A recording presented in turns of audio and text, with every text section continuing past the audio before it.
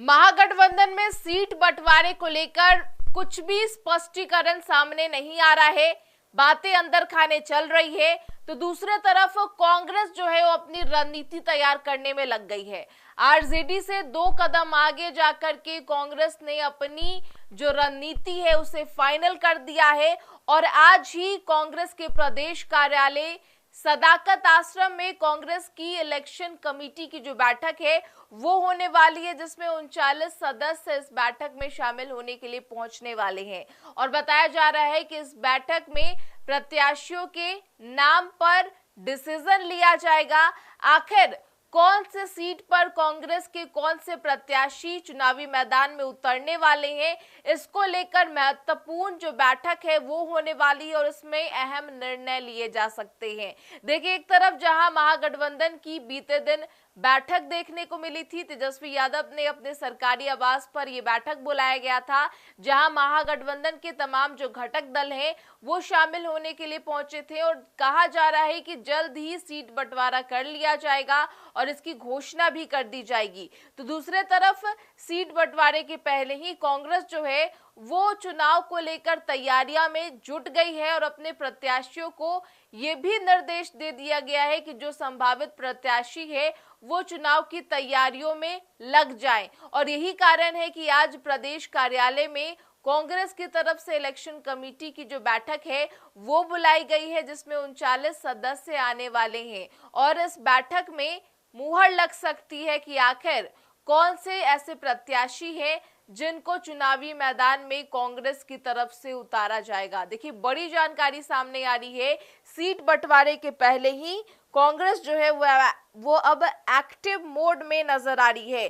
साथ ही साथ आपको हम ये भी जानकारी दे दें कि इस बैठक में आगामी विधानसभा चुनाव को लेकर पार्टी उम्मीदवारों के चयन पर विस्तार से चर्चा कर सकती है।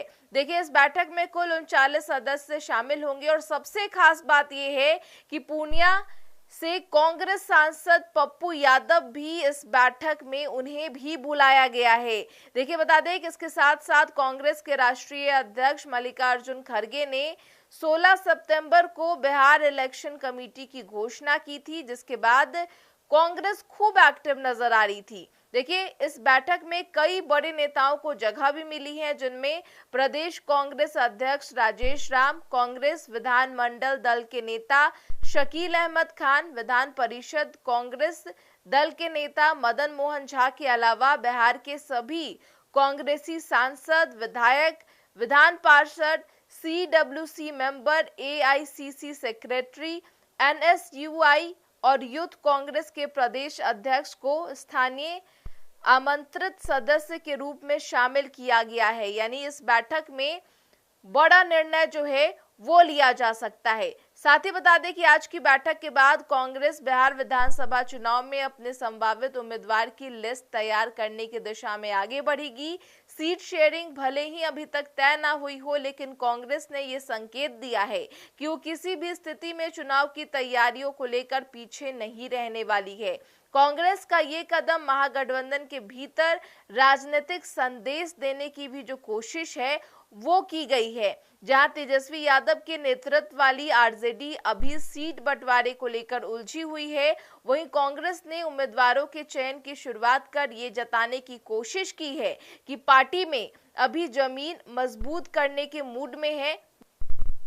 अब ये देखना दिलचस्प होगा कि कांग्रेस की ये आक्रामक तैयारी महागठबंधन की राजनीति को किस दिशा में मोड़ती है और सीट शेयरिंग का फॉर्मूला कब तक फाइनल हो पाता है, क्योंकि आज जो बड़ी बैठक है वो प्रदेश कार्यालय सदाकत आश्रम में बुला लिया गया है। उम्मीदवारों के चयन को लेकर विस्तार पूर्वक चर्चा की जाएगी। एक तरफ जहां महागठबंधन में सीट बंटवारे को लेकर घमासान है, तो दूसरे तरफ कांग्रेस के तरफ से लगातार रणनीति तैयार की जा रही है, चुनाव को लेकर एक्टिव मोड में नजर आ रहे हैं और कहीं ना कहीं आरजेडी पर प्रेशर पॉलिटिक्स की जो कोशिश है वो भी कांग्रेस की तरफ से देखी जा सकती है। सीट बंटवारे के पहले ही जो प्रत्याशी है, जो संभावित प्रत्याशी है, उनको कमान सौंपने की कवायद की गई है और उन्हें चुनाव की तैयारियों के जो निर्देश है वो भी दे दिए गए हैं। देखिए, आज की बैठक में सबसे खास बात है कि पप्पू यादव को बुलाया जा रहा है। पप्पू यादव को लेकर अक्सर खबरें चलती रहती थी, कभी कांग्रेस उन्हें बुलाती है, कभी उन्हें साइडलाइन कर देती है, और ऐसे में अहम जानकारी है कि अब पप्पू यादव को भी इस बैठक में शामिल करने के लिए बुला लिया गया है। उनके साथ साथ 39 तमाम सदस्य जो हैं, जो कांग्रेस से जुड़े तमाम वरिष्ठ नेता हैं, वो भी इस बैठक में पहुंचने वाले हैं और कैंडिडेट के लिस्ट पर जो मुहर है वो कांग्रेस की तरफ से लग सकती है। साफ तौर पर जानकारी सामने आ रही है, क्योंकि देखिए चुनाव नजदीक है और यही कारण है कि तमाम पॉलिटिकल पार्टी अपने रणनीति को सेट करने में लग गए हैं। जो सबसे अंतिम चरण की जो घोषणा होने वाली है सीट बंटवारे पर, प्रत्याशियों के चयन पर, उस पर अब मोहर लगते हुए आने वाले दिनों में नजर आ सकती है। बहरहाल इस खबर में इतना ही। तमाम खबरों के लिए बने रहें फर्स्ट बिहार झारखंड के साथ। नमस्कार।